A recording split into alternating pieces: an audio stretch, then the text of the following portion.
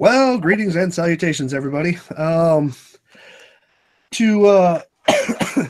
This morning, I was bombarded with about 2 or 3 people kept on sending me links saying that Phuket Word and Dell had made debunk videos. Now, this is funny. Debunk videos about my test that hasn't happened yet. So they have debunked what I haven't done yet. Now, I need to make sure that I say this here in the beginning of this video. I am not here to, well, it's going to happen inadvertently, but I am not here to bash on Dell, and I'm not here to bash on PW. I am going to address the points that they made because neither one of them has addressed my responses to the points that they've made, whether in comments or otherwise. And people have been running around all day today saying that that I'm afraid of addressing them and all this other. No. If you look below each one of those videos, I have addressed the comments that they made, and what do you call it? And you know, they're both free to also post on my channel, which at least Dell did today. And so this is the whole thing, man. I mean, if you bring it down a notch, you know, and stop making it about us versus them and all this, and look at things objectively, the discussion takes on a whole different tone. Now, I know that Dell seems incapable of having a rational discussion without turning it into an insult fight and some kind of a invitation to go beat each other up. And then PW just doesn't listen at all. So, you know, you can take that however you want to, but that's just how this is. And so we're going to go through with me today. I got Gio Strebe and I got Sean Hufford. Hello. And or should I call you Stuff Blurred? Is that the new name now? Well, that's the one Jerry gave me a long time ago because, you know, the best he can come up with. Yeah. But so I want to say hey to everybody in the chat. What do you call it? Looks like a couple of people have been waiting, and I'm really, really happy about that. And I'm glad to have you all here for this. Now, just a quick synopsis here. Sean or Gio, now both of you said that you skimmed through these 2 videos. What were your impressions of what they brought up? Because I don't think I'm going to play them all the way through because most of them are just filled up with you know, insults and jargon. I just really want to hit the major points. So what was your impression of these 2 videos? Well, you go first, John. Well, my impression was that they quite literally saw your first video where you discussed what the test was going to do, but they totally ignored your video explaining how it would be conducted. Well, but I have to actually say, given the footage that was used by PW, he's actually seen them all, just chose to ignore the information that was given. Because he actually used footage from, I think, update 1 and 2, I believe, which we'll go into. I don't remember seeing him talk about the update 1 where he actually talked about how you would actually use the markers on the cord and the level line or the water lines. Oh, you missed that part. Yeah, I missed that part. Well, you know, when I put the graphic down and then I put a background on there just to show the background of the trees and shit like that off in the distance.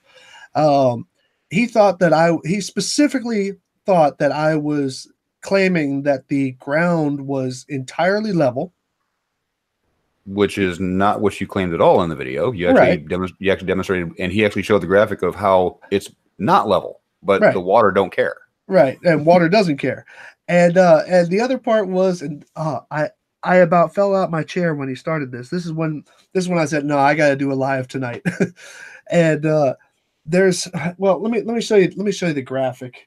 Well, the one that I found hilarious was that he said that you would only take the footage from the P1000 and not do your walk the line footage. Yeah, he said, well, actually, he didn't say that. He wants a different footage, or an additional one. I don't remember him actually addressing the walk the line. Yeah, I'm yes, gonna beg to you on this specifically because he did say that you'd only take the footage from the one position of the camera. You wouldn't actually walk the line. exactly. He said Oh, the only wow. footage he would be taking would be the one from the P1000 or P900, I think he was talking about back then, and not from any other angle, implying that you wouldn't do the walk the line test. Oh, God. No, I didn't catch that part then. Oh, and by the way, I'd like to say hi to Unirock. He's got a kind of a cool show. What do you call it? So everybody say hi to him as well. Hi, Unirock.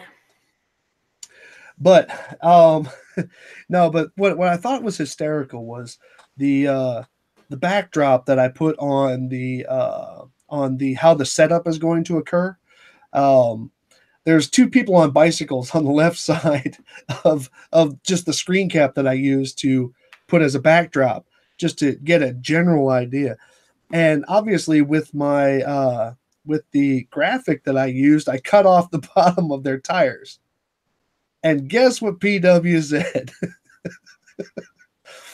He said, I'm showing it right there. The problem that all of us Glovers have with things disappearing from the bottom up. Wait, what? That's no bullshit. Excuse me, slight cold. Slight cold. He actually shows. Hold on, right. Where is it?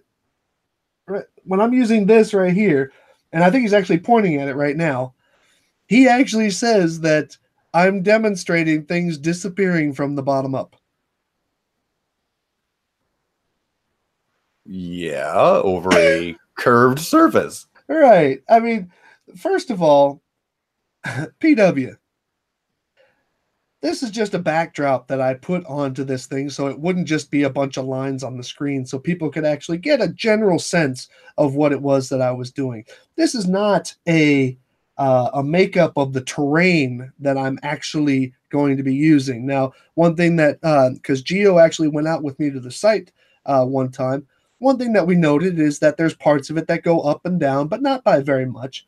Probably maybe about 10, 15 centimeters. Yeah, something like that. Maybe up to 20. I don't know. Yeah, tops. And these pipes are only going to be about 2 meters tall.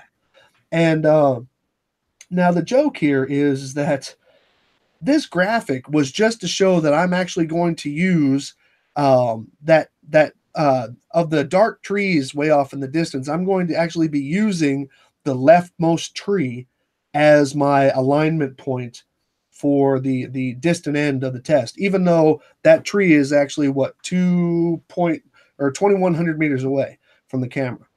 And so I was just using this as just a generalization. I mean, really, just a generalization. This was nowhere in my video did I say that this is exactly how it's going to look. This is exactly the terrain that's going to be used and all this. This was just a graphic that came up because some of these graphics are actually a real pain in the ass to make. So I just made one just so you can get the general sense of what it is that I'm going to be doing. There will, but actually, let's see if he says it like right here because he's pointing at it. So I think that's what he's talking about. Hold on a second. This is the aptitude of the people I'm dealing with here. Hold on, let me slide it back a little bit here. And of course, he bitches about the fact that I'm not going to use the stretch of water. Why would I? There is absolutely no use that I would have for that stretch of water. It just happens to be right next to a canal. The original places that I had sought out to do this test were actually quite far away from water. The only reason why we're using this area is because when Geo found this turned out to be perfect because this is a man-made canal. Okay, it's a stretch of the Mine River, and it's a man-made. No, it isn't. But well, whatever. it's got mine in the word though, and yeah, but it's a canal that connects the mine to the Danube. It's called Right. Mine Danube Channel. Right. Or canal. But nevertheless, it's man-made, and so therefore, the whole thing was surveyed out, and this turned out to be the absolute perfect place to do this. Now, doing it up on top of the berm, there's like a berm next to the water. Doing it up on top there is probably a bad idea. Number one, because of the fact that the berm is actually, all kinds of hard stone and all this other stuff. which keeps it in place, obviously. So it would be a real pain in the ass to stick stakes down into the ground. However, down in the area where we're going to be at, as Gio so quickly pointed out, that there's mole mounds everywhere. It's rather soft ground. It's kind of like, going into week old brownies, and so it's going to be week old brownies, man. Never heard that expression before. Well, it's just a analogy. I thought that was a euphemism for stepping into dog turds or something. Well, I don't make euphemisms at that point. I just clean it off and keep fucking walking. Oh gosh. But nevertheless, yeah, why would now there is a possible second test that might happen. That's something that I've referred to as lightning bug. That might happen there, but there's about an 80% chance that it's not going to happen. But we might use the water, probably won't. The whole reason why I'm not doing this test over water, okay, is because of the one thing that flat earthers get wrong every single time, and that is the interaction with the horizon. Okay, the horizon of the water or the horizon of land or whatever is what flat earthers just can't seem to get through their skull. Okay, they think that the horizon is some magical thing that compresses and sucks things down and all this other wacky crap. Okay, it's not. However, it does get in the way. To a rational person, the horizon is actually an obstruction. So the whole reason why I am doing this test the way I'm doing it is to eliminate using the horizon at all, because flat earthers just don't get that. Okay. So what I'm going to be doing is the arc that is going to be viewed, even though the peak of that arc would be the horizon,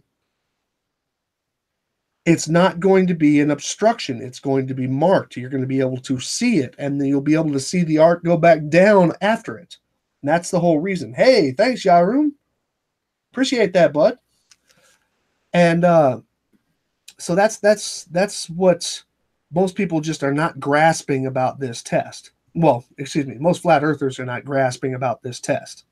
And now, most of the rational people that I've talked to, and I have added a couple of things to this test because of the critiques that I've received.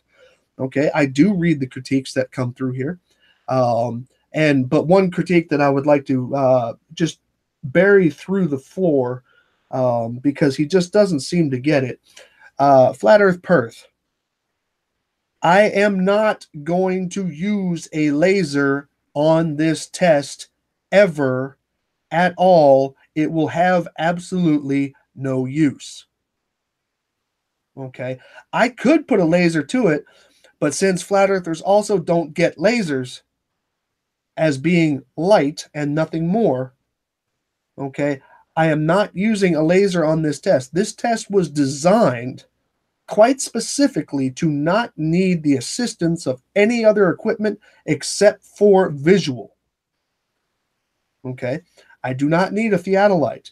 I do not have the experience with a theodolite, and I don't feel like going through all this trouble just to have somebody turn around and say, because Sly didn't know how to use a theodolite, he must have Jimmy rigged this to make it so it screws up and proves a globe. Plus, most flat earthers hate geometry, okay, and consider that to be globe math, which is actually the basis on how on what these theodolites and similar devices use. They use geometry. And since y'all don't get that, I had to make sure that there was a way that I could do this test that I would not need it. This is going to be for an observation, okay? The observation of the bend of water, the arc of water over the course of 1,600 meters. Yes, William Signs, globe math. It's sad. But I am not doing this test with the intent on putting lasers or meters on anything. Now, one thing that I will be doing is I will be doing a walk the line, which means I will be measuring at each pipe. I will be measuring temperature, barometric pressure, and wind speed. Now, temperature and barometric pressure, I'm sorry, but one thing that you guys really need to understand is that if temperature and barometric pressure were to affect one portion of the test, it would actually affect the entire thing. Even if I put a campfire next to one of the posts, okay, that effect would be spread over the entire thing. Not the temperature of the water, mind you. Don't think I'm trying to create some kind of new physics here, but if the water were to expand, that would be across the entire test because all of the tubes are openly connected. Okay. But nevertheless, it was something that somebody thought was a good idea to well, it was actually 3 different ideas. Somebody wanted wind speed, somebody wanted barometric pressure, somebody wanted temperature. So I went out and I got a device that does all 3 of those. And I'm going to be making that measurement on top of the physical measurement at every post. That's what I'm going to be doing. And that physical measurement will be from the cord line. It will not be from the ground because the ground is uneven. Okay. And I've had a couple of people today talk about, because I'm going to be doing this on uneven ground, apparently that's going to have some kind of effect on this. No, because if you were to look at that canal right next to it, you would actually have to see some kind of superimposed terrain features of the bottom of that canal be on the top of the water. That's just stupid. So anyway, let's see. And other things that PW actually brought up here. Let's see. Oh, at 1 minute and 28 seconds. Hold on. 1 minute, 28 seconds. I'll go back a little bit behind this. Now listen to this and see if you can catch this. So I'm going to play this. Proof of bending water around the Earth due to the force of gravity. Okay, just a quick interruption there. He started off saying today's science deniers, referring to globe deniers. No, we're not denying science. And as you said then, we are given explanations and theories and models, but as you are well aware, there are no definitive tests to prove these models and theories and explanations. So it's not denying science. We are pointing out that there has been no scientific proof or measurement of the model or theory that we live on a globe Earth. And of course, he is correct in the understanding that there is no such thing, or there has been no proof of bending water. Anyway, I'll let him carry on. Just wanted to point that out, that no one's denying science. In fact, we demand science. And yet, PW, when do you ever perform science? See, PW is a proponent of many wacky theories on exactly what's going on with the world. But one thing that PW still has yet to do in support of his side of the discussion is produce scientific evidence. I mean, PW is the guy who debunked the flat Earth moon. Did it all by himself, debunked the moon on flat Earth with a ceiling fan. And I was laughing my ass off because he did it. He posted his film before I could post mine. So I used his. So the whole thing is, if we can model something out, guess what? That means we made something that can be predicted. Okay. And every one of these things can be predicted. Everything that I've shown can be predicted. Okay. And every test that I've done can be repeated.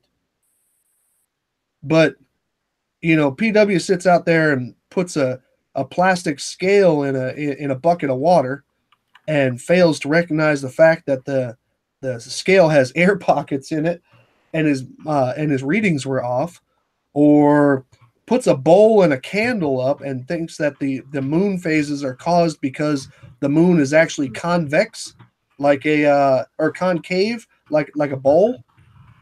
I mean, shit like that. You want to call that science, man? I mean, really. But these guys just keep on going on. And let's see here. Claim that there's no test. No, let's see. I took notes when I was watching it. Let's see. We demand science. Yeah, right. Oh, and PW says that Boats Over the Horizon is not consistent. There is a an objection by Rumpus about the quality or the power that you require for your pump. And what is that? He thinks that you have to factor in the horizontal friction inside the tubes. Okay, well, one change that has been made to the filling procedure, and I took this on out of the comments that were in my comment section because, like I said, I do read these things. One of the things that's actually going to take place here is the ground tubes are going to be filled before connection, meaning that while they're still on the rolls, they're going to be filled up.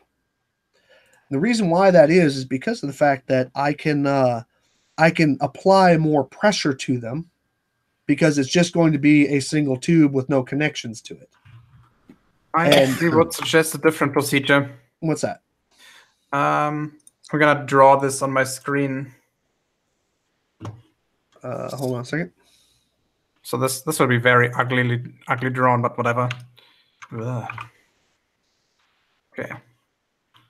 So we have the ground pipe, and this is the end pipe, the one of the 17 poles.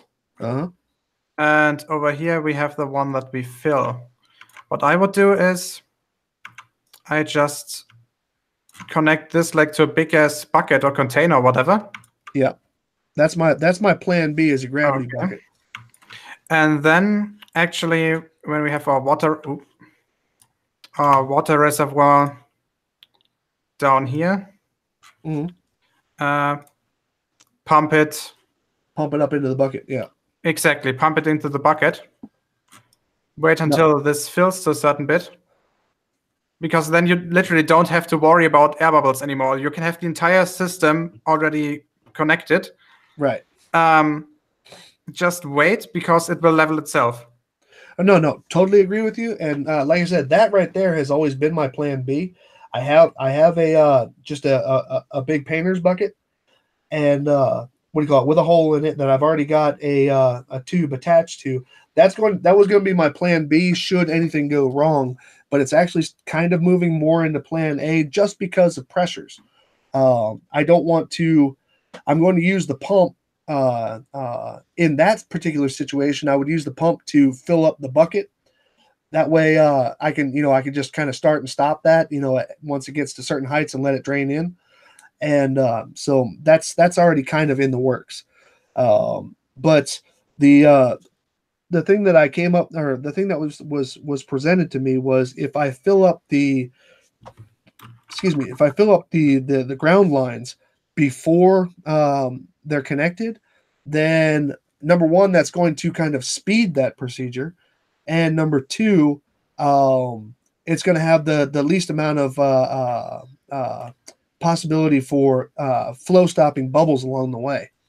So both of those are going to be in play, and I might end up using the bucket just to bring the levels up once they're all connected, because like I said, I'm not using a super high pressure pneumatic or hydraulic setup here as far as the pipes and their connectors. So if I push it too hard with that pump, then I could just blow 2 or 3 of them out, and then I got to kind of start from scratch. And since this thing is going to be really time constrained, I think that's just the way I'm going to do that. Because it'll save time, and it'll save it'll close down the margin of error. So let's see here. By the way, you're still screen sharing me. Yep, I was just moving it back over. Let's see. Well, hold on a second here. Ganessian. Well, you see, it was never understood that filling the tubes was going to be a fast process at all. Okay, in my original write-up that I have here in an Excel document, okay, I had the fill-up situation to take an hour. Okay, and I did that on purpose because I wanted it to be a slow process. Plus, I also wanted to make sure that there was room for error should something, pop or burst or whatever by hitting it with too much pressure. And that was all in the preliminary things, but it was never, ever thought that filling the tubes was going to be some kind of, fire up the pump and let it roll. No, that's actually going to be a rather delicate process that I need to make sure happens correctly the first time. So therefore is going to be done slow and steady. That was never a question. But like I said, it was because of the fact that somebody had actually brought it to my attention to actually fill up the tubes before we lay them down onto the ground. That was actually a very good suggestion because that eliminates a lot of time. So let's see. Well, I'm not thin fourth. Filling the tubes before I leave home, that's going to turn my car that's going to bottom out my car, man. But we do have. I thought BMW owners like it when they lower their cars. Yeah, but not when it's riding down on the axles, buddy. True. What do you call it? But because I'm not going to be able to just, it's going to be a logistical. It's going to be fun trying to get all those boxes of pipes up to the site anyway. And let me also point something else out here while we're doing this. It takes me it's over a 4.5 hour round trip to the site. Okay, so there's been a lot of people. Oh, just go out there and do this, and just go out there and do that. Well, I'm sorry, that's not even just logistically possible. Okay, I factored into the budget 5 trips, and that's it.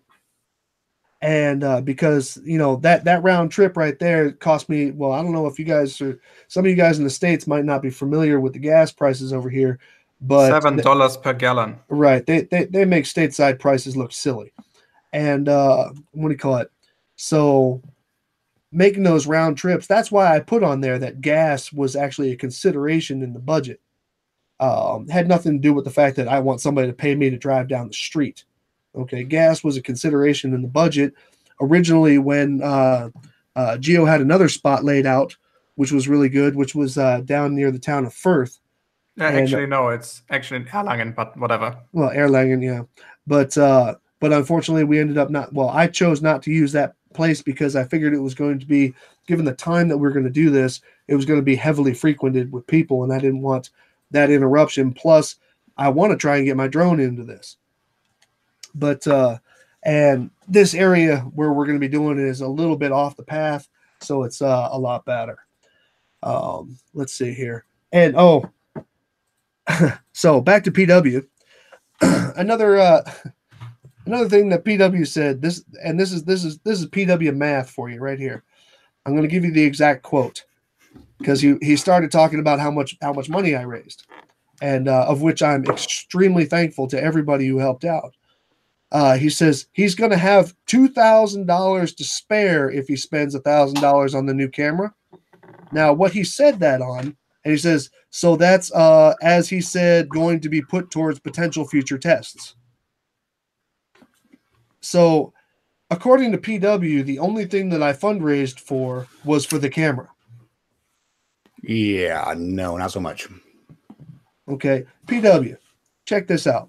You were pretty clear in your video that it would include the camera, the tubing, the clamps, the gasoline, and plus with the 2 or 3 things that have been added to the test since I actually released it. Okay, I'm going to tell you right now that currently right now the test is going to cost me $2,700. Now that's including the P1000. Okay, and Big Willie is here in my apartment right now. So that doesn't leave me $2,000 to put on other things.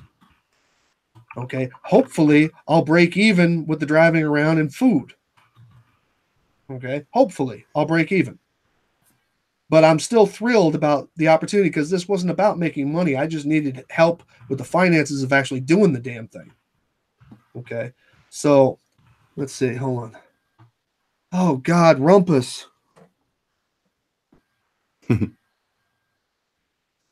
You know what, Rumpus? Let me answer this for you right now. Okay. Your quote is, Sly is relying on his line of sight in the camera being perfectly straight. It won't be. And the refraction will be significant refraction of the Earth's curvature. Rumpus. No. Okay? No. I understand that there is refraction in the atmosphere. I understand that the use of certain other technical devices like theodolites and laser levels and GPS positioning poles and all that other shit. I understand that will, those are assistance type objects and stuff. But what you need to understand is the length of what's being done here is A, pre-horizon. Okay, pre-horizon. Second thing that you need to understand here is that the alignment of the chords and the alignment of the stakes on the ground. If you are telling me that given the clarity that we can achieve in the distance involved that I have posted, which I hope you have seen prior to making these comments, okay, the clarity that can be achieved, if you are telling me that that is somehow impossible to line stuff up on using a P1000 or just a scope, okay, if you are telling me that I cannot create a straight line through that, I'm going to flat out disagree with you. And if you're now you're saying clarity is irrelevant, how else would you line something up, dude? And your question about pre-horizon, okay? This test is not going over the horizon. Okay, this test is not going over the horizon at all. That's what I mean by pre-horizon. You cannot create a straight line with refraction. So you're saying that there's absolutely no way to get a straight line over that distance? Is that what you're saying, man?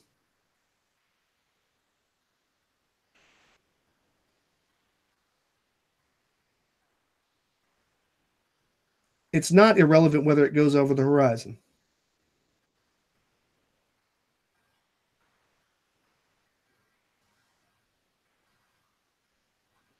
Okay, well, I'm just going to say this, man. If nobody is able to line things up over a great distance, then what is geodetic surveying? Okay, what is geodetic surveying? They look through a scope in a really, really cool measuring device. They look through a scope and line things up in a straight line. That's how they do it. So are you actually saying that geodetic surveying is somehow thrown off by refraction? I would like to hear that answer, please. Okay, because I'm not going to hear that it's impossible to line something up in a straight line through a scope or a camera or a telescope or anything like that. Yes, Tommy, I actually do plan on doing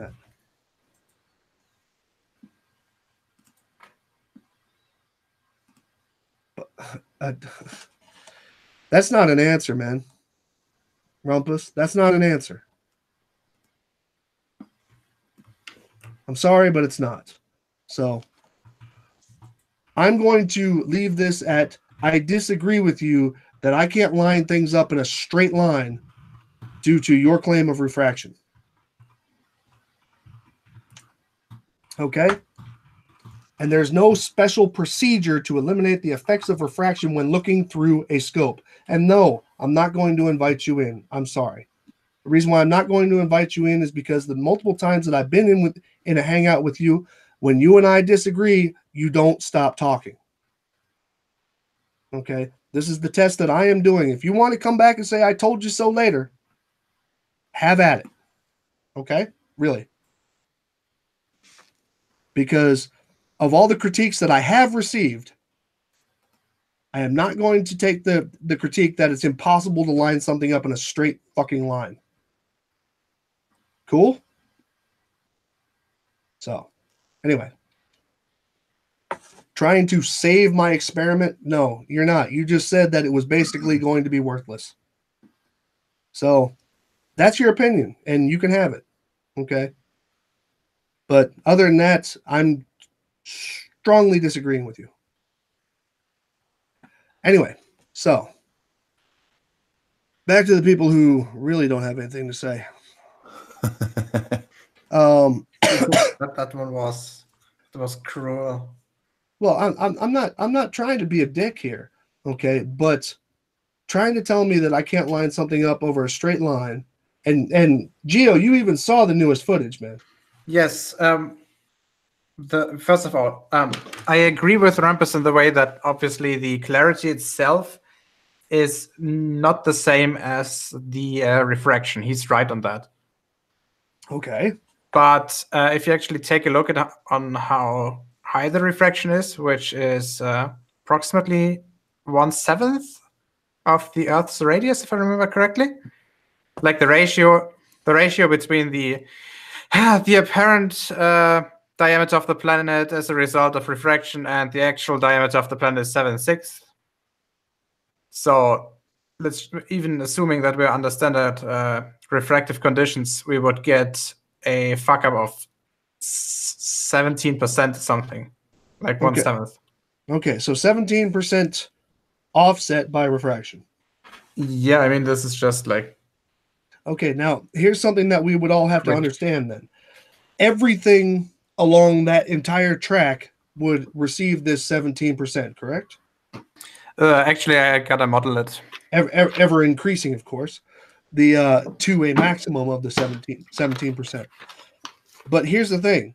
Would that refract upwards, meaning towards the end you would see something higher, or you would see it lower?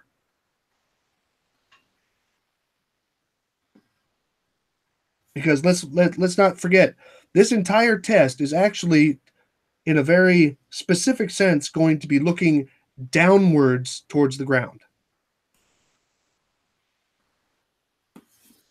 Because if you think about it, we're drawing a chord from an 8-inch drop after 1,600 meters. So I'm actually going to be looking downwards. My chord will be in that direction. So will this be, if I were looking at this in a more extreme sense, would the refraction make everything go uphill, or would it make everything go downhill? Well, it would look flatter than it actually is.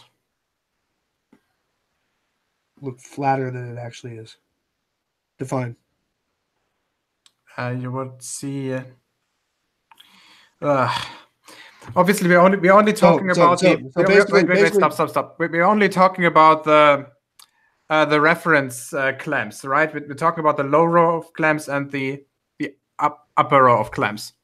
Right. Well, the upper row of clamps is actually going to be physically measured as parallel, meaning that I am not going to be doing those as a specific line on themselves. They will be measured on the pipes 15 centimeters above the one that we do align, which is the bottom chord. Yes. Okay. So we align the bottom one using the camera footage. Right. Okay.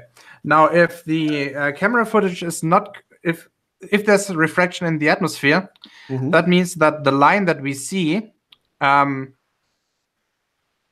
even though it looks straight through the camera, it would slightly be bending upwards. Okay. To a certain degree, I'm actually agreeing with you. If there is a strong amount of refraction. Now, here's the problem with that, or actually, here's the benefit of that. if that is the case, okay, now, mind you, this will have nothing to do with the water level measurements. The water level measurements are made at the pipes, meaning that they are not optically aligned. Yes, they are I made agree. at the pipe. So what that will actually do is if my line appears to, well, if my optically straight line is actually bending upwards, okay? If my optically straight line is actually bending upwards, then what that will actually do for the test is actually pronounce more the curvature that's being shown by the water levels, because the water levels are not optically aligned. Well, obviously, it would give a slope to the entire lower baseline. Well, but it would be increased. And so therefore, it would actually show a little bit more of the curved water heights than anything else. So either way, like I said, if it turns out that the hump that is shown on this, okay, if we prove curvature and everything here works perfectly, okay, the hump will actually be greater than the 2 inches in the middle, because the optical alignment will have actually bowed under it, as in bowed downwards under it, ultimately resulting in an upward physical curve, even though optically it'll look straight. So we will actually be creating a larger gap, so therefore even further proving, at least optically, what's going on. And because the second chord, which is actually just a parallel line to the measured chord, or to the aligned chord, you will definitely see the difference in the water levels versus the 2 chords. So either way, if it bends upwards or if it bends downwards per this 17% unavoidable refraction. Well, unavoidable. I mean, that's a medium value, right? It can be a little bit lower, or it could be a little bit higher. No, and I get that, but nevertheless, it does not alleviate my ability to line it up at least optically along those parameters. Now, if that ultimately means that there is this mild curve to it in the physical, not the optical, but in the physical, it's still going to show a difference between the curvature of the water and the chord. So I find it's I won't say irrelevant. Obviously, refraction is a thing, okay? But in the parameters of this test, it will not have a negative effect or eliminate the test. And that's at least my own opinion. So, anyway, the next bit. Let me make sure that I say this. And I'm sorry for being so hard about this. It's just that every fucking time I turn around and I see somebody talking about, oh, refraction and all this, but it's always mentioned in the sense that it's just going to completely destroy the test. Which, I'm sorry, I disagree with. Okay, given the footage that I personally have shot, okay, saying that I will not be able, and these are the words that are pronounced to me, even by Rumpus, okay, that I will not be able to align these things optically. I'm sorry, but that's a crock of shit. I will be able to align them optically. Now, if that has a counterpoint against actual physical reality when it comes to the amount of refraction that might be screwing with those optics, then I'll have that discussion. But the other side of that is it still will not destroy the test. So, no, I'm not even talking about turbulence, dude. I even showed the turbulence. But anyway. So another argument that PW came up with, and this one's my favorite. Absolutely my favorite. Wait. Are you serious about this being a favorite, or is it some sort of advanced sarcasm that I don't get? Well, it's a long echoed claim, and so it just kind of keeps itself in the top 10. Let's just put it that way. Let's see here. And that is that, am I going to do, or I should do, a side view of the test? Well, side view. Obviously, you won't be able to do this in one shot. Well, I won't be able to do it at all, because if I did it in multiple shots, then there's alignment issues. Plus, obviously. What do you call it? But I would just like to point something out to you here, PW, and to anybody else who had this exact same opinion. Okay, I possess a Mavic Pro, not a Mavic 2, PW. Do your research, right? I possess a Mavic Pro. Mavic Pro can shoot up to 4K resolution. Okay. The Mavic Pro has a 78.8 maximum field of view. Now, doing the triangulation on that, I would have to be 1.260 kilometers away from the perpendicular, but also away from the test range to get the entire test range into the shot. 1.260 kilometers. Okay. Now, 4K resolution is 3840 pixels wide. Now, what this means at that 1260 meters is that each individual pixel would be 2.4 meters, which means that the posts alone will barely be over 1 pixel high.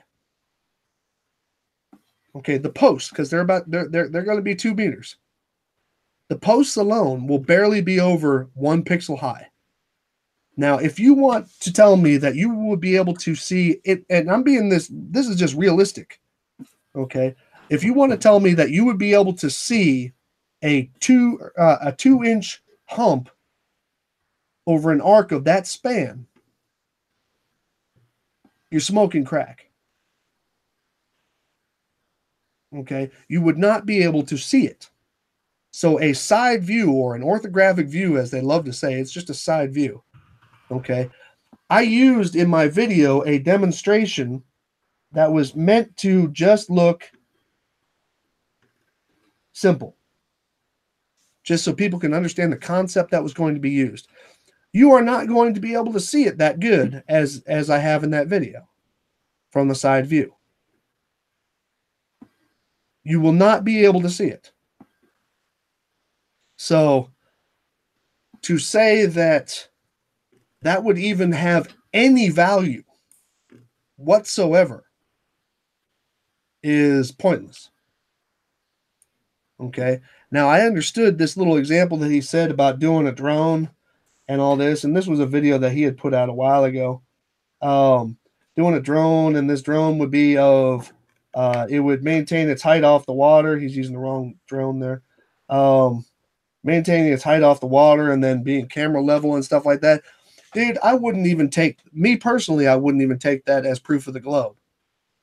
Okay, because the sensors on there, while it would maintain its altitude, are not going to be to that level of precision to be able to do that. Okay, because basically what he was saying is put a drone at camera height and then fly it away from you over water. And you should see it, I guess, curve with the curvature of the water. Which, honestly, is just utter nonsense. Okay? I could barely make out my drone in the footage that I put into the refraction tests, weather condition tests. Got me saying refraction on everything now. In that video that I had done, which you saw, PW, which you watched because you referenced the footage, I could barely see my drone at 1,600 meters, 1,700 meters to include the 100 meter space. At 1,700 meters, I could barely see the drone. Okay. Now, do you know how much curvature of the Earth occurs as far as angles go, how much curvature of the Earth occurs over that distance. Okay. I think it's, I might have the decimal in the wrong place, but I think it's 0.14 degrees. It's less. I think you're off by a factor of 10. Yeah, I think I got the zero. I think it's 0.014 degrees. Yes, because approximately every 100 kilometers, 1 degrees.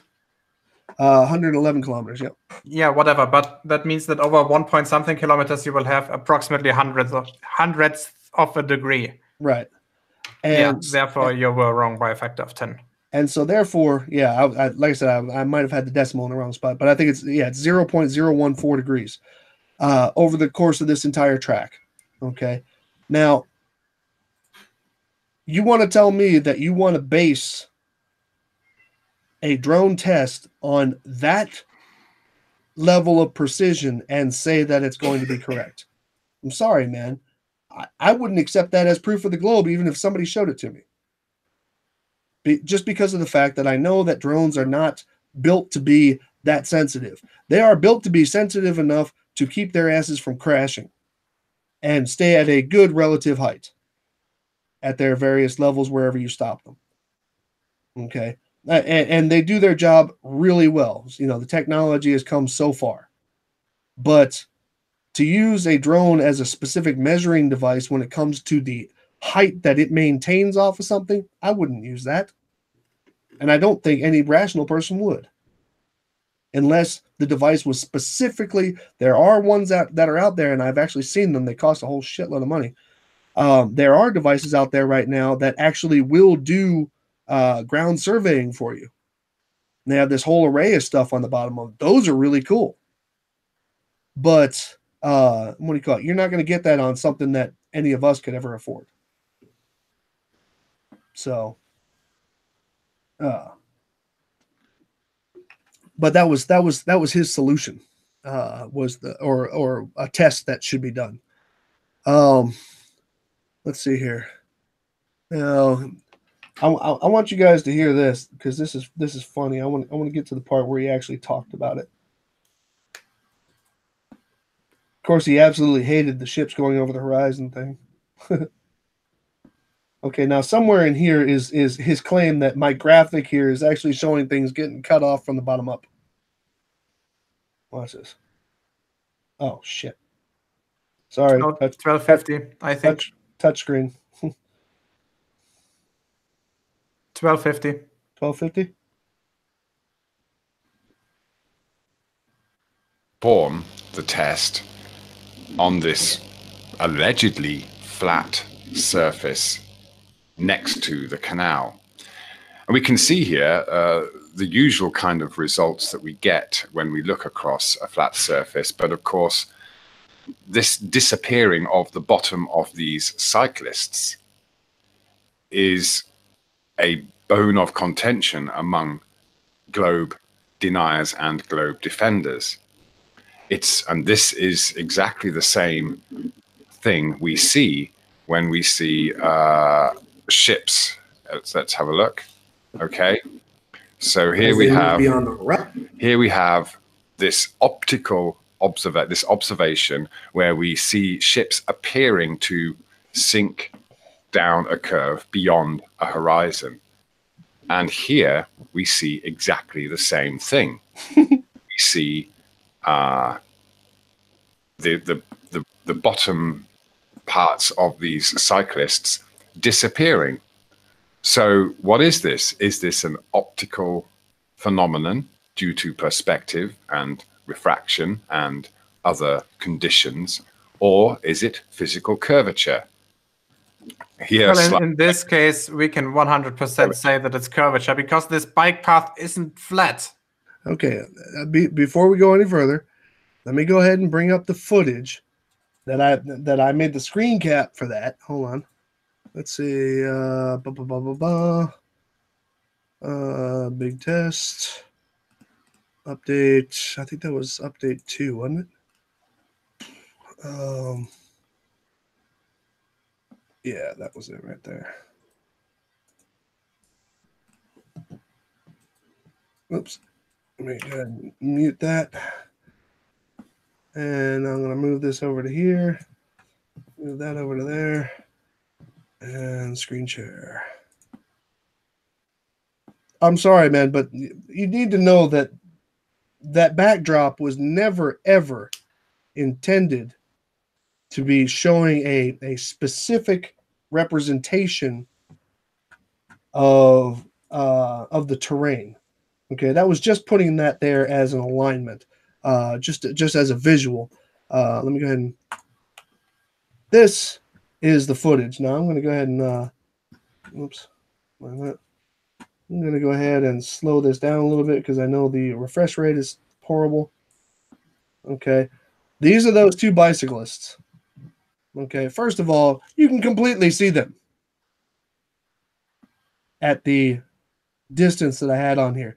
And nowhere on here did I say that my camera is perfectly level or anything like that. As you can see, everybody's actually kind of leaning a little bit to the right there. You know, this was actually a distance test just for visuals. Okay, and these guys are going up and they're going down, and as they get over this little hill here, you can see this bicycle over here is actually disappearing from the bottom because he's going over a little hill. Okay, something that we were actually anticipating people complaining about on the really clear footage. And I think actually Sean had said something in the hangout where I sent him the pictures, and he was like, you know, oh, that bike's disappearing from the bottom up. They're gonna love that. And so no, PW, you moron, no. Okay, all I did was use this as a backdrop, just so you can get just a kind of a feel of what it is that I was doing. If you could point out to me where I said in that video that I was actually doing the very specific terrain features, then you would have something to talk about. But let's not forget, you're also the one who sold it to Riley that landing strips are perfectly flat. Runway Riley. Yep. You are actually the one who sold that to Riley. And that's where he got that name. So just don't, man. Okay? Just don't. And if I may, hold on. Where is, let's see, that's bug 2. That was the one where me and Gio were out there. Yeah. On this day, yeah, the conditions were absolutely horrible. They were absolutely terrible. Now, one idea I actually had was, can you actually take maybe the average of maybe 10 frames and superimpose them towards one another? Because this way we might actually be able to eliminate some of that atmospheric flickering. I don't really know how to do that at the moment. I don't know either. Yeah, but it's something that I could probably try out on my software outside of this Hangout. Yeah, I mean, in terms of the method, I think this would make sense, right? Because we would take the average of the pictures, and each of them flimmering a little bit in a different direction, they would maybe cancel out. Now, where's my? I think I got it from. I think it's in a different folder here. Hold on. From Cam. Let's see. No, that's me walking my dog. Oh, I have a new dog, by the way. Let's see here. No, that's not what I'm looking for. Where is it?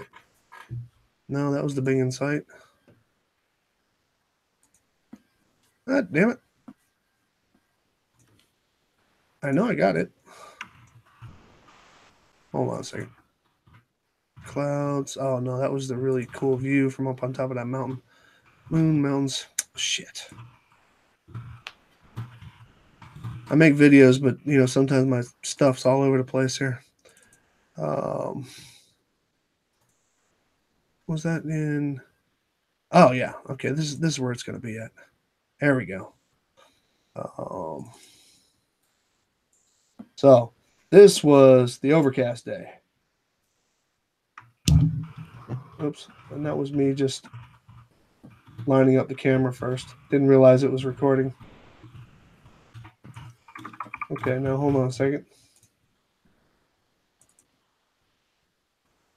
And And then I had actually flown my drone all the way down there. It was a little windy. And here I was. See that up there? There's my drone with the marker light on it. Now, I think that was at the halfway point.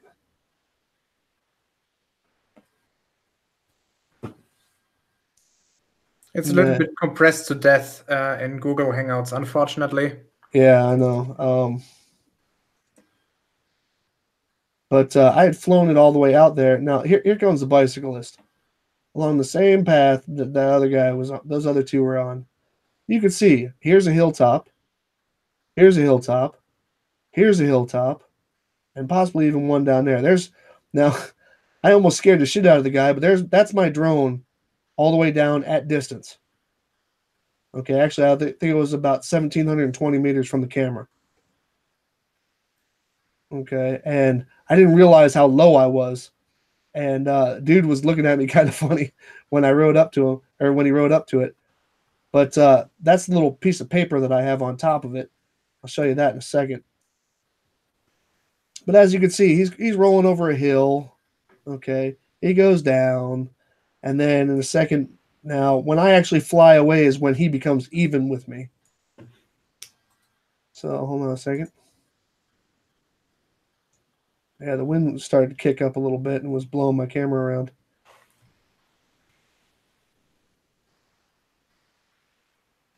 Oops. There's me. Well, no, I was raising up just to get out of his way, I think. Oh, no. No. When I pop up right about, hold on. This is when he becomes even with me. I'll show you. There's my drone right here. And I'm actually tracking him.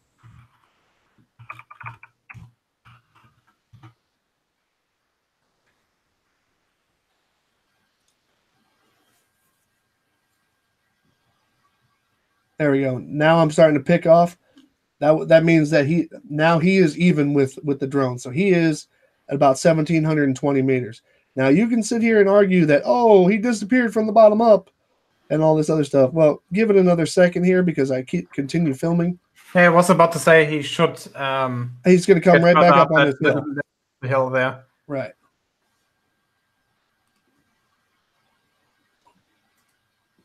What was the amount of zoom of that camera again? 90 times? Well, it's 60 times. Well, the manufacturer's spec and the manual kind of disagree with each other. The website says that it's 50 times optical, 90 times intelligent zoom.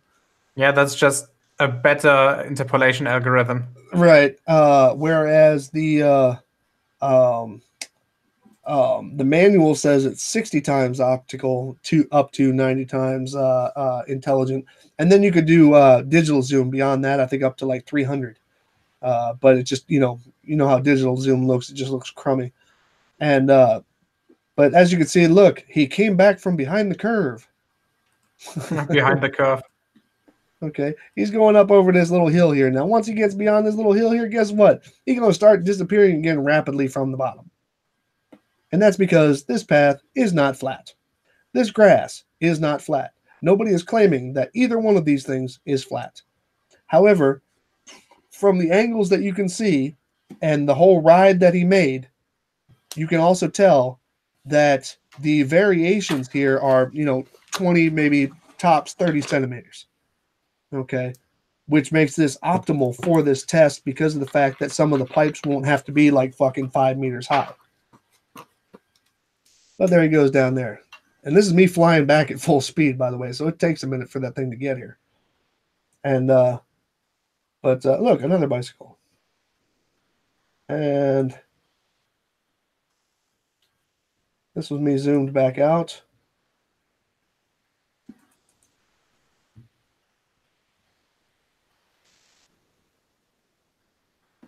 And Geo, just so you know, I was out at that first tree again. Yes, okay. And then this is what my device looked like. You can see the little marker light that I got on there. That's the actual marker light that I'm going to be using for this test, which can be seen from that distance quite easily. And then I put this little marker sail on the top of it, but unfortunately I was having focusing issues given the distance. But now hold on a second here. I actually turned it to the side, show the little things that I was showing. By the way, this is only 6 centimeters high. So, and you can see that the entire distance. And then, of course, I wanted to see if I could read that from the distance. But like I said, I had the focusing issues on it. Now, yeah, the P1000 should be good enough to resolve this, I think. I'm pretty sure it will. I just got to, make sure I get the focus in order, which I'm going to be practicing a couple of focusing things here in the next day or two. Hold on a second here. So let me put this back over on the other me. Okay. But let me turn my screen share off. Stop sharing.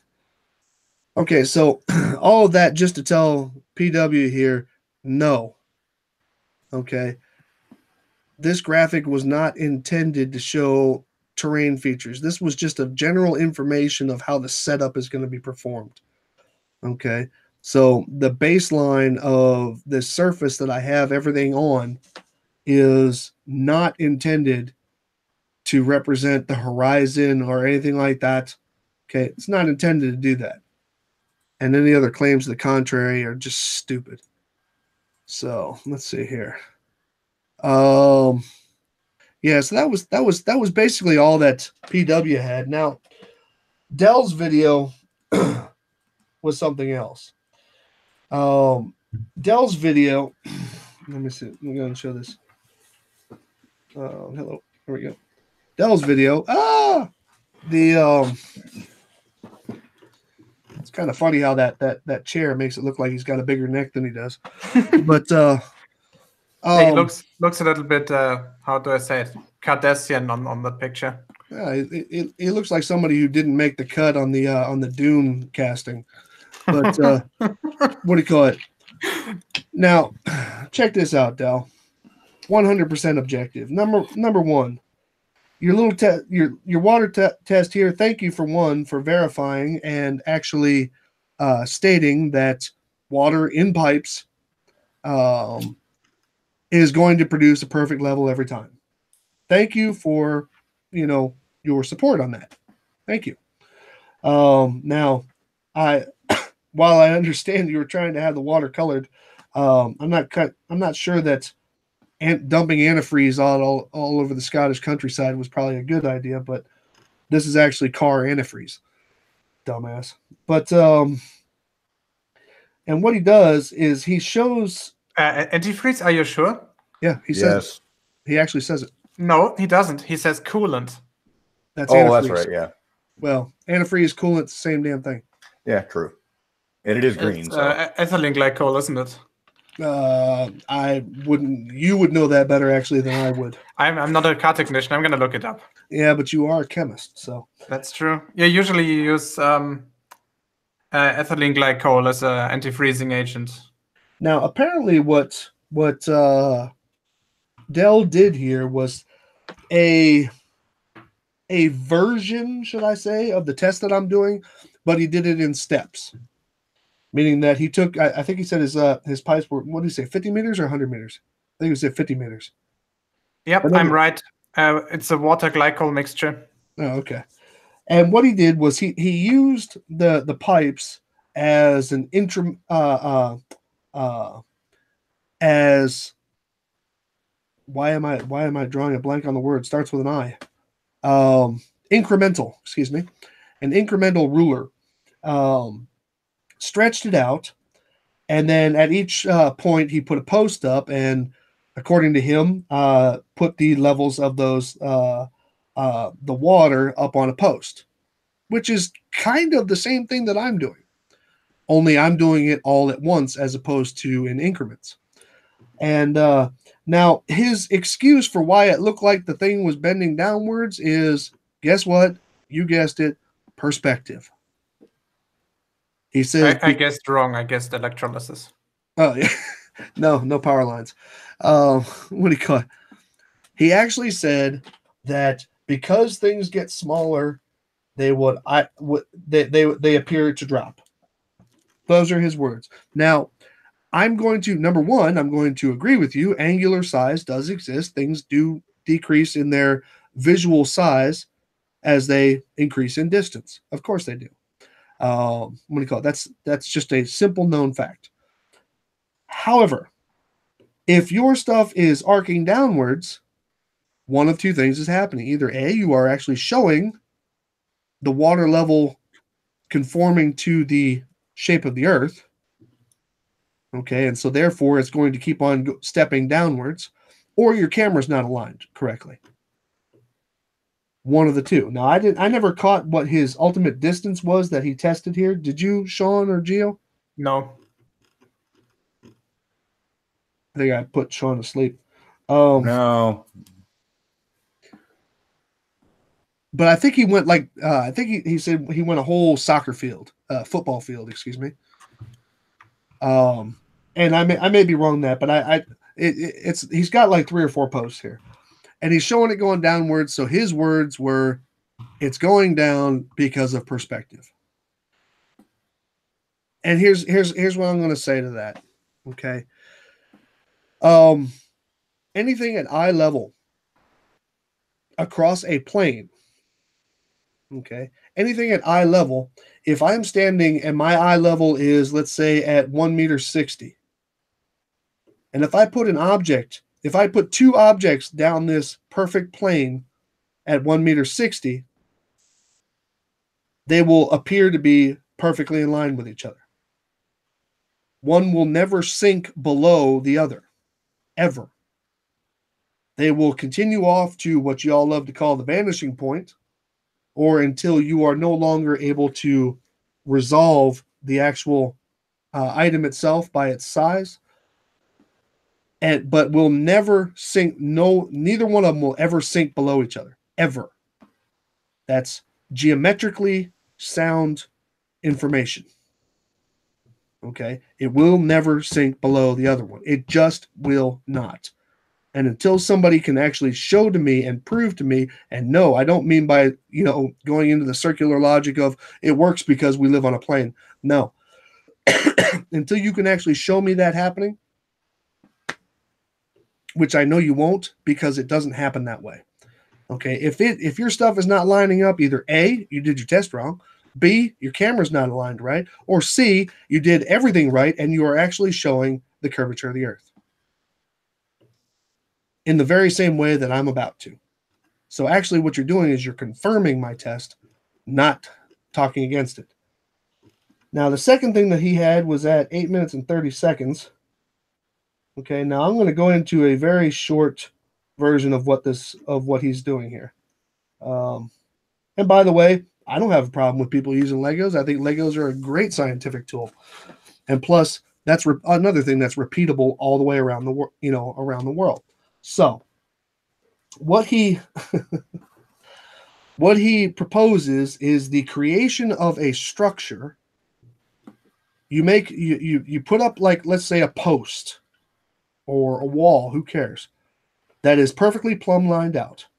Okay, as in it is perfectly vertical, and then you can square off the top of it to find out what is perfectly level at that point. From that point, you build out a structure of an undetermined length, perfectly flat from that, and then measure the water level. This is also supposed to happen over water. Then measure the water level as he puts it, a possible ever increasing gap would occur. Okay, now what he doesn't understand is that in order to do this test, he will actually have to visually align, which maybe Rumpus should go over and talk to him about refraction. You would have to visually align this perpendicular structure, because you would not be able to use the ground or the water level to assist you. Because if you were using that, then one of two things is going to happen. Either A, it's the structure is going to curve, or B, well, quite plainly, you falsify your test because you are actually doing measurements from the water level or from the ground to get your level of the extending structure. So therefore, you would actually nullify your test because you are measuring that which you are hoping to measure at the end. So it does not make sense. Now, he keeps on using the word tangible measurement. Now, and he keeps telling me that observations are not valid. Those are his words. Actually, he makes it a more childish way. It's like observees or something. But he says observations are not valid, which is why he won't go out to that law where Miles Davis was and retake the photograph that he told that Miles apparently lied about. Okay. So, according to him, observations are not valid, but yet you would have to optically align that structure. So it's just I don't know what else to say about that. He keeps on saying I need to address his test. This is his test. This is the test that he means. And also he says that I should do this test. Well, you tell me exactly how you're supposed to get a hovering structure over at least a mile to get any kind of, predictable results, or at least, consistent results, to hover above water. Please tell me how that's supposed to happen. I'm all ears there, buddy. Well, the neat thing about this whole LEGO thing is it's kind of already been done. LIGO. Okay. It already demonstrates that the Earth is curved by the way it's built. LIGO. The biggest gravity wave detectors. No, I haven't seen that. What is that? Yeah, they have those, I think, 3 kilometer long vacuum tubes. It's either 3 or 4 kilometers long. It's a vacuum tube. It is made perfectly straight, and they had to account for the curvature of the Earth to keep them straight. Yeah, well, that would pretty much. And remember that there's 4 of those. I mean, it's 2 detectors, but each detector needs 2 of the vacuum tubes. They literally had to figure out a way to keep it flat while compensating for the shift in Earth's gravitational pull, because it's no longer perpendicular to it. When they poured the concrete, they had to come up with a whole new method of pouring concrete just to build the LIGO Center. Oh, damn, that sounds cool. The short end of this is that people who say that structures don't exist and stuff like that, need to account for curvature, that's wrong. Okay, even Golden Gate Bridge, we all know that. Okay, nobody's talking about roads, nobody's talking about low bridges, nobody's talking about railroad tracks, because they don't. Okay, but there are specific scientific devices, and I would actually question, even though none of us have ever actually looked into it, how the CERN tubes are aligned.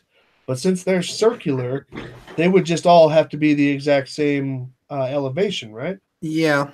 By the way, did you see the plans for the new accelerator? No, I didn't.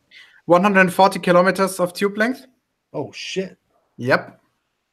That's pretty big. Let me check if this is actually correct. There was a press statement a few weeks ago where they were talking about the next collider. Obviously, the LHC is reaching its end of life in about 10 years. And you actually then need a bigger physical detector to actually reach higher energies. Okay. No, I hadn't heard about a new collider yet. It's called Future Circular Collider. Yeah. Let's see. Who's going to home base it? Again in Switzerland, the same location. Oh, okay. Scope. Yeah, a 100 tera electron volt hadron collider in a 100 kilometer long tube. Sweet. The current one is 26 or so kilometers. Now, not to sound anti-science, but are they going to prove anything that the CERN didn't prove? I don't know. I'm not a particle physicist. Mm. And by the way, the detector itself is called collider is called the LHC. CERN is the institute. Oh, okay. And it would stands you believe? For some French shit. Give me a second. Well, European Organization for Nuclear Research, or in French, Organisation Européenne pour la Recherche Nucléaire. Okay, you win.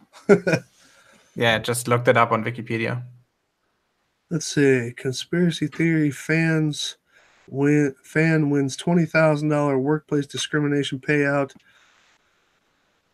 What? So what?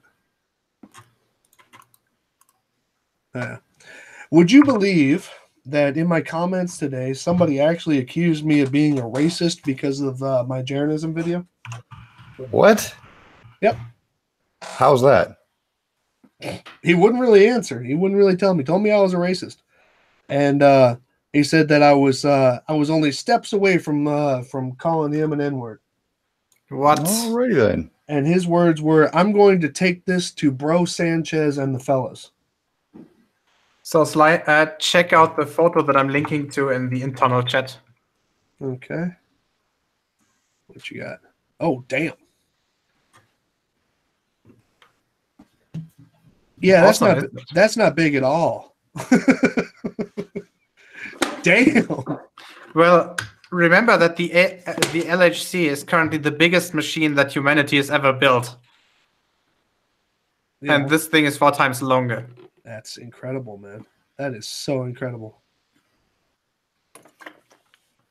Yeah, science. Okay, hold on a second here.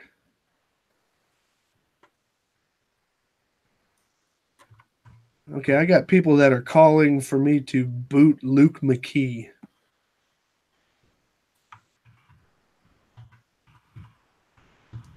Luke McKee, what were the beliefs that said person was spouting?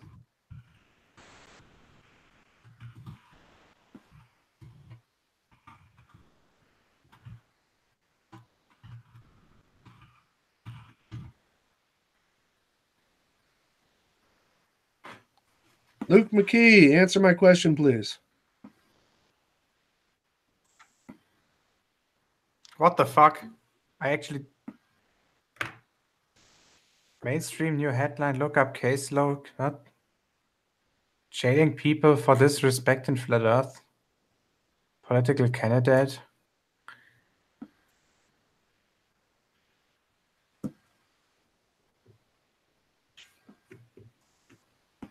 Well, you'll have to excuse me, moron, but I was busy having a show, not reading what you placed previously in the chat.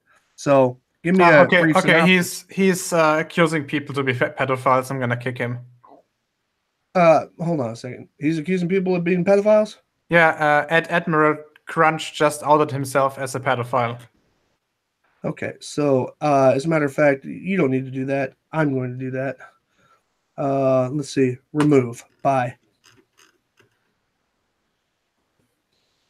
Oh, that was just a message. No. Let's see. Hide user on this channel. Okay. So we don't do that here, buddy. We don't do that here at all. Okay. Jaren tried that once. Made himself look silly. Hey, God, remember, the Ben Hammer of Justice is unisex. What? Never heard that one before? No. Okay.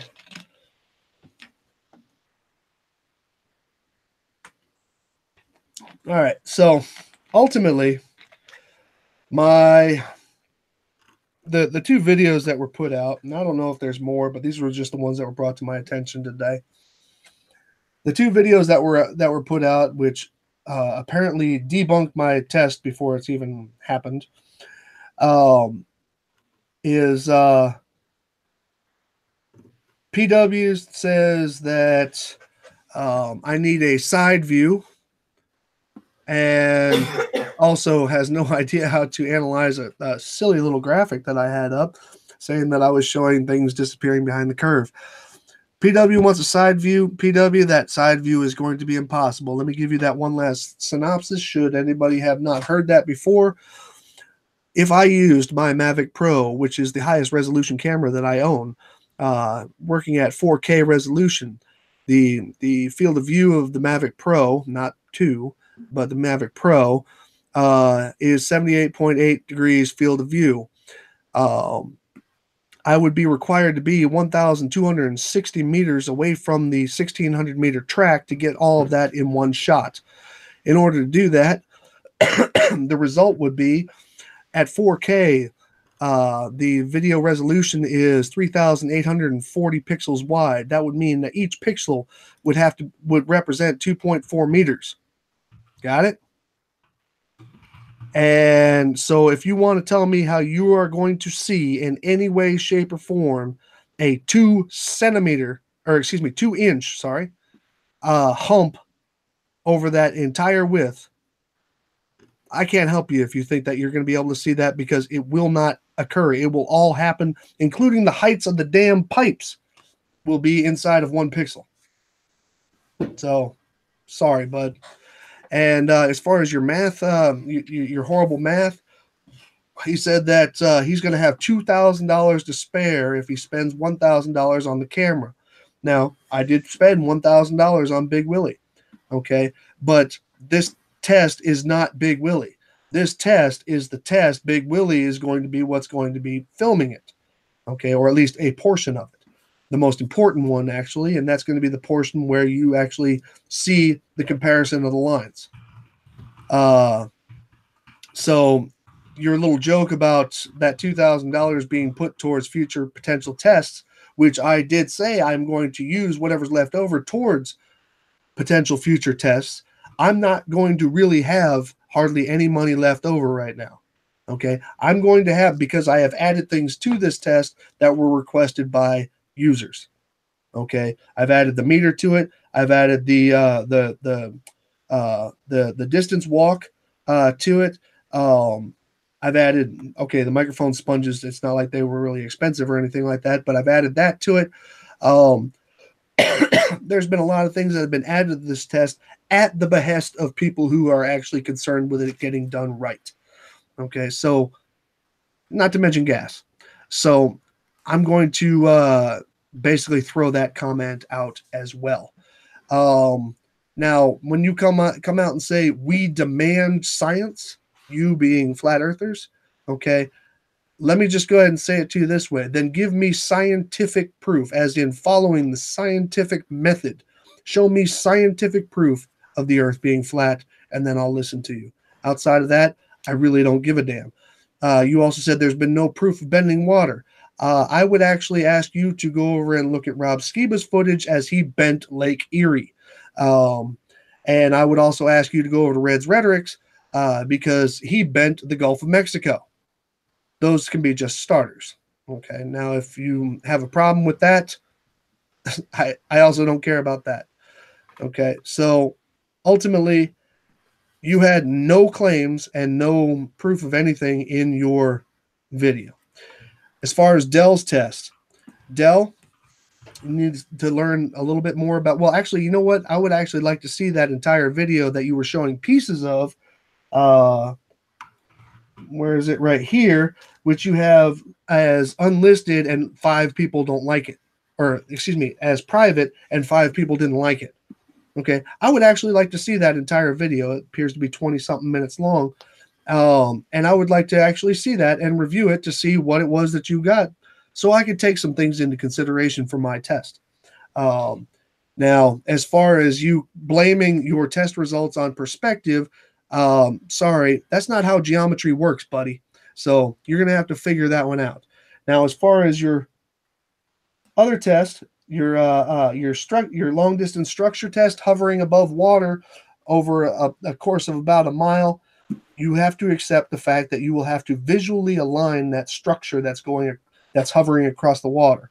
You cannot use the ground, and you will not be able to use any kind of leveling devices along that stretch. Otherwise, you will actually screw up your test, because if the earth is curved, as we all know it is, then your plumb lines will demand that actually gets built curved in accordance with the curvature of the Earth. If you are doing it straight and you want to try and use plumb lines, you are going to say that there is a problem with that because it's not going to line up. So you definitely have to do it visually. So when you come up with a method on how you want to do a visual structure about a mile long, a solid structure, whether it's styrofoam or Legos, okay, you have to accept the fact that you're going to have to do that visually, even though you say that observations are worthless. Okay, so I look forward to you doing your test. So have fun with that. I am not going to be modifying my test to fit your needs. Okay, I will modify my test in the sense of adding measurements and observations to my test that would actually make sense in doing. Now, I am anticipating the possibility of doing a reverse angle shot of my test to see if there's anything that is actually going on there, to include refraction, okay, because that would be noticeable when I'm looking at it from the other direction. The alignment would be wrong on the chord that I'm making. So that's just what that is. Aside from that, I have added already a whole bunch of stuff to this test. And like I said, at the behest of the people who are looking to get as much information out of it as possible, I have no problem doing that. Okay. But as far as using lasers, theodolites, GPS, or anything else like that, I have no intention of using those things because I don't feel like hearing the arguments of, you used that wrong or you purposely manipulated this and all this. That's not the point of this test. If you thought it was the point of this test, then I'm sorry that you might have wasted your time watching. Okay, so to me, this is all about doing the test and getting it done. And you know what? I'm going to have a blast doing it because no matter what comes out of it, whether it's success or failure, whether it's globe or flat Earth, guess what? As far as I'm aware, even though there have been similar tests done, like I said, the 3-pipe test that was done, I forgot the guy's name, but he did it with a theodolite and stuff like that, was done really well. But unfortunately, it only has a value to those who actually have a rational mind. Okay, I want to do this test because I personally have not seen this style of test, an incremental step test with pipes of actual connected water. I haven't seen it done. Okay, me personally, I haven't seen it done. Doesn't mean it doesn't exist, and if it already exists out there, then hey, handshake to you guys. Okay, because I would actually like to see it, but nobody has actually presented me with that yet. And if there's anything that I'm hoping to do out of this test is present reference material. Okay, some people think that, oh, you're not going to convince Jeranism with this. I don't give a damn what Jeranism thinks. Okay, I don't give a damn what Globebusters thinks, what Dell thinks, what PW thinks. Okay, what any of Nathan Oakley's little miscreants like. Okay, I don't care. Okay, because those are people who have already decided that they're making money off of this. Okay, they're either making money off of this or they're just too stupid to realize that they could be making money off of it. Okay, I am making reference material for those who might otherwise be swung by the stories of flat earthers. That's what I'm doing this for. And because I did not see this test out there and it is a test that I personally would accept, that's why I'm doing this test. I'm not doing it for, honestly, anybody else. I'm doing it for reference material online to show how this works and to show what it looks like. Okay? Yes, PW is Phuket word. That's why I'm doing this.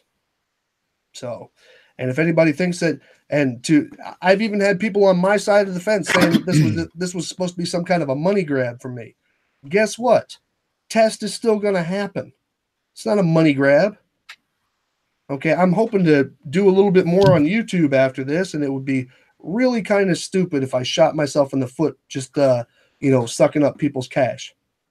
Okay. Big Willie is going to be given away at the end of this test. It will go to one of the participants or to one of the donators who bought one of the perks. Okay. I wish I could keep it because I'm actually you know, I did say that I couldn't see having a use for it. Well, it is really fucking cool. Okay. But nevertheless, it doesn't belong to me. It belongs to one of my contributors. I'm only going to be using it for the part-time to do the test. So the in that sense, the only thing I'm going to end up with this at the end of this is a temperature meter, a really cool yardstick, and a whole shitload of plastic pipes. I know what you can do with the plastic tubes. In Scotland. No, you can send them to flat earthers so they can hang themselves. Well, that would be something else. And once again on the but that's a good point.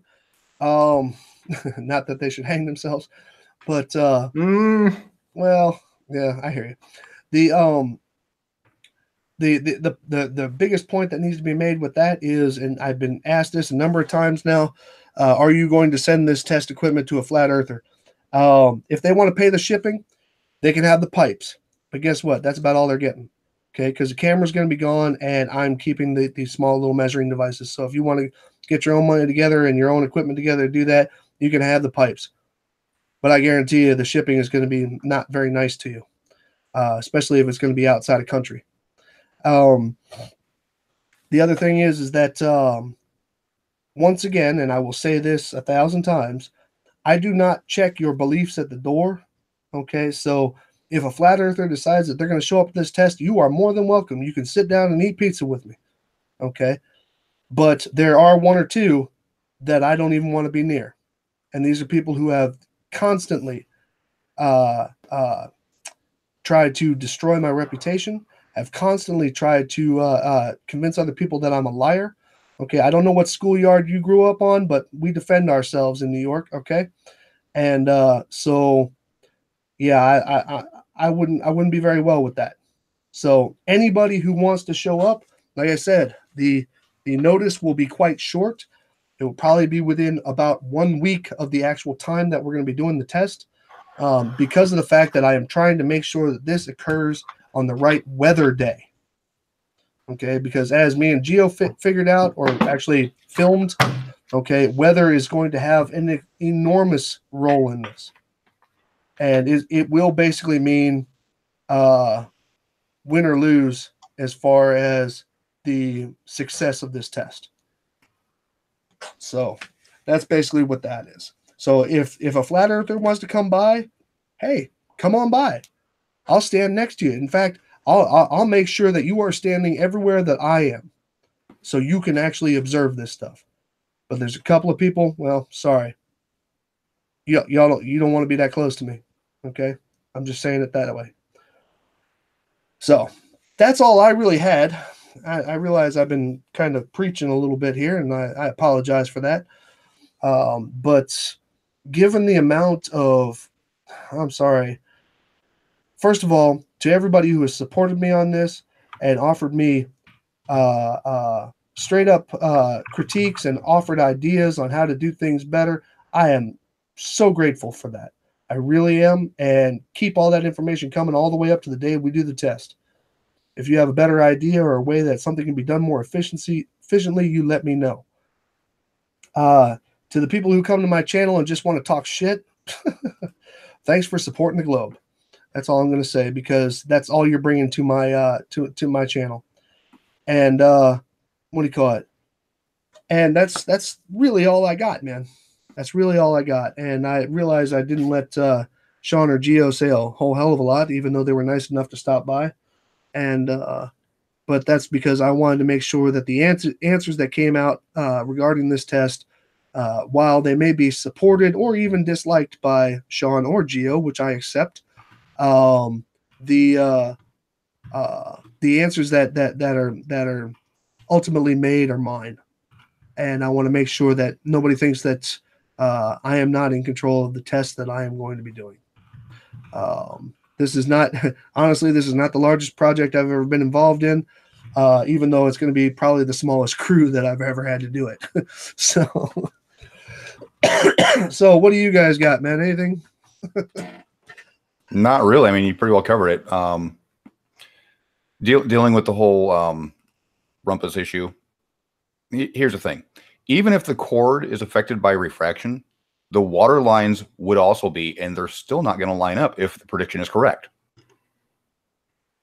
I'd like to correct one thing. No, the water lines, yes, will be visibly changed or would have a visible distortion, but the water lines themselves are actually physically measured at the pipes. They are not optically measured. I think you missed what I was trying to put forward. Okay. The cord line may be affected slightly by refraction. I mean, it is over the length of a mile. It won't be much, but it may be affected, may be a contributing factor. But the water lines still will not match that the cord line, even if it's affected by refraction. So it will still show something. Okay. Yeah. I agree. Gio, can you send Terry a link, please? Do you want him in? Yeah, he's been itching to ask me a question. Wait.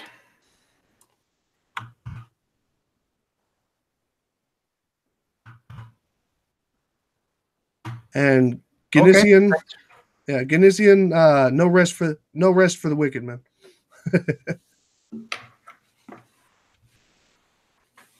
But there will be a couple of boring times. The thing that's really going to suck is that I am actually going to have to be at the camera the whole damn time, with the exception of when I do the walk the line, because the ultimate responsibility of this test lays on me. So the ultimate alignments of everything lays on me. So therefore, I will have to be the guy who's sitting there saying left, right, no, up, no, down, and all this the whole damn time. So one thing I'm bringing is a lawn chair. Yeah, one thing I'm going to be doing is sitting there with a lawn chair. I have a bunch of those. I can actually bring them, so you don't need to transport anything. Cool. That would be awesome. Oh, can I remove the image from the screen already? Yeah, I think we could do that. Well, I'll just go ahead and dump the screen. Hold on a second. Stop sharing. But that is a cool setup using my tablet off to the side instead of messing with all this other audio shit. Yeah, I know, right? Yeah. It's the same system I usually use in my streams. Cool. And let's see. As a matter of fact, I'm going to duck my other guy out here. And obviously, wow. Apart from not fucking up your audio, it also helps you as to have more physical space to navigate. Right. More screen real estate. Yeah, no doubt. So, Terry, what you got, bud? Oh, g'day. I've been following it as best as I can. Yeah. The experiment. Whoops. Unmute. I can't talk. I've got to work. Keep muting yourself, man. I'll get there one day. Where was I? Oh yeah, when you're not worrying about the refraction and all that crap that everyone keeps worrying about. Optically, when the camera's zooming in to the water pipes at the distances, have you done a test to do that to see how far you can actually visually see the water in the pipes? Well, the that's something that's been brought up a couple of times, and I guess I can make it clear here as well. The viewing the water in the pipes from the observation point is not going to be a goal of this experiment. Right. Okay. Now, if it was, then the pipe at the end would have to be huge. It would have to be about I think I measured it out. It would need to be about 5 to 6 centimeters diameter. Okay, which is a lot, and that is actually something that is not in this. That's where these markers come into play. I wanted to make sure that I came up with a way that I can display parallel lines plus the arc of the water heights. That's what the markers are for. Whereas if I were to, because I had all kinds of people saying, you need to color the water and all this other stuff. And I think Gio will back me up on this. It doesn't matter what I use to try and color that water. Somebody will have a problem with it because that is a water protected area where we're going to be doing this. Yeah, you don't want to buy a hazard. Yeah. Right. And even if it's just stupid watercolor or if it's I don't know, grape juice or something like that. I don't think that any authority who might have a problem with this is going to come out there with a chemistry set to find out what it was that I dumped purple all over the place, and or any other color for that matter. I've entertained the thoughts of using floats and stuff like that, but I believe floats would be seen as something that actually disturbs the test. As far as disturbing the heights, people would talk about different densities of the floats and how much is this actually altering the surface and all this other stuff. So the ultimate result was to come up with the markers, and which is what I'm going to use. Jen Morgan, thank you very much. Thank you. So what I'm going to be doing is I'm going to be when it comes down to the water heights, it's going to be based on the markers. Now, mind you, there will also be as I've said enough times here, I will actually be walking the entire line with an uninterrupted video of that, meaning that you will be able to see both from the observation point as well as from me actually walking with the camera or with a different camera, obviously not the P900 or P1000. I'll be walking with the camera, inspecting the entire tube length, every joint, and every marker that was put up into place, as well as the measurements that I'm going to be doing, the temperature, the barometric, and wind speed at each one of those places to see that this wasn't something that was just set up to look like this. I noticed that the for optics, so the cloudy day looked a lot better. Oh yeah, that's I am looking for unfortunately I am looking for a crummy day to do this test. Because the otherwise beautiful and sunny days that, like when me and Gio were out there or when me and my son went out there, unfortunately those days are not beneficial to this test or to the optics. What do you call it? And you saw it was like a day and night difference from the clarity that could be seen. Oh yeah, it was totally different. Yeah, right. It was totally different. So what I am absolutely making sure that I'm going to do is, let's see, when you walk the line, have someone else record walking the line, so there's no doubt about edits. Well, JS, I'm going to say this: the walk the line video. You see, I'm going to be producing 2 videos out of this. Actually, this entire test is going to result in 3 videos. The first video is going to be a produced video, which means that it's going to be, a couple of clips of this, couple of clips of that, but also the end results. But it's going to be in a compressed time format. It's going to be edited. It's going to be put together in a way that I can have the video maybe a maximum of about 15 minutes long. I am definitely going to do that. That is going to be the first video that comes out. The second video that's going to come out is one thing that I'm going to have is I'm going to have my GoPro out there, and I'm going to do a time lapse of the entire day. So how many cameras in total will you have filming it in from start? Now, me personally, well, the amount of cameras that'll be on site versus the amount that are actually filming the entire time is 2 different things. Right. The GoPro will film the entire time. It's just going to do a time lapse. That's all it's going to do. It won't be used in any of the results or anything like that. It's just going to be a time lapse of the day. What do you call it? The P1000 is going to be there basically to do some alignments. I also have a just a spotting scope. It's not a camera at all. I'm going to have a spotting scope in place to assist in that. And that's going to be for the horizontal and vertical alignments that I'm going to be doing. That's what that P1000 is there for. Specifically, that's what it's there for. And like I said, also I'm going to use a scope for that. Once all of the markers and tubes and water and blah, blah, blah is all in place, the P1000 will also be there to make those end result shots, which would be a shot down each one of the 3 lines, which would be the bottom chord, the water level, and the top chord, and then offset shots of those as well to get a little bit more of a left to right view on it. Just to kind of spread it out a little bit to show that everything was lined up properly. And like I said, currently right now it is being entertained to actually do a reverse angle shot of the exact same stuff from the distant end. Yeah, that seems logical. Yeah, that seems logical. Yeah. And then plus, what is also going to happen is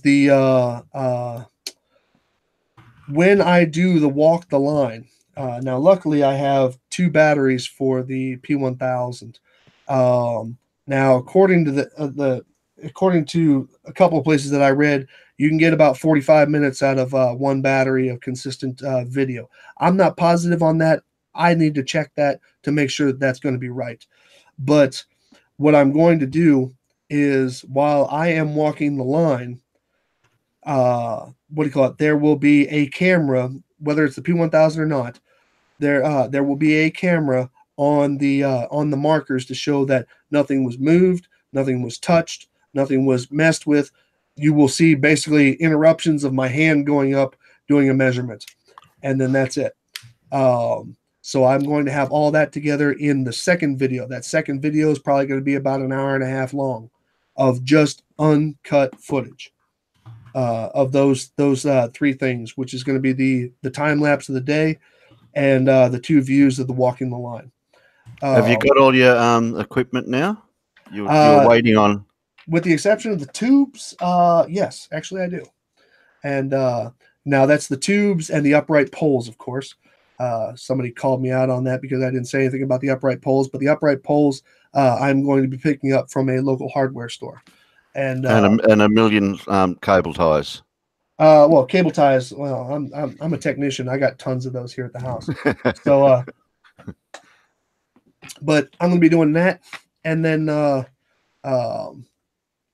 third video, obviously, after both of those videos are released, as promised, I will be doing a live hangout. That live hangout is going to be the drawing for the P1000. And that's all going to be done live. I'm going to show the numbers, the contributor numbers that are according to the Indiegogo site. I'm going to be showing myself cutting those, putting those into a selection bin. Then I'm going to pull 6 numbers out. I'm going to line them up 1 through 6, and then I'm going to use a playing dice. And I've decided that the first number that gets rolled 3 times is going to be the one, because I don't want it to be the first number because somebody will say a weighted dice. I don't want it to be the second number because somebody could still say a weighted dice. I just figured third number would be the best. So every 3, the first number that's rolled 3 times, the contributor number that is in that slot is going to get the camera. And like I said, I have the addresses. People have supplied me with the shipping addresses. No, I have absolutely no intention of making that information public. But I might say what state it's going to. But I will also be in positive contact with the individuals, because I will require confirmation that actually did arrive. I will be sending it registered mail, so it will actually have to be signed for. And so I can show at least the people who have supported me that I did what I said I was going to do. So, and so, yeah, it's a lot of work, being honest. But they'll always somebody will try to screw with you. I can see it coming. That's inevitable. Yeah.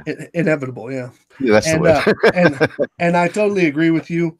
There are going to be flat earthers who just flat out drop this, and say that it proves nothing. But I would like to submit this to all flat earthers out there.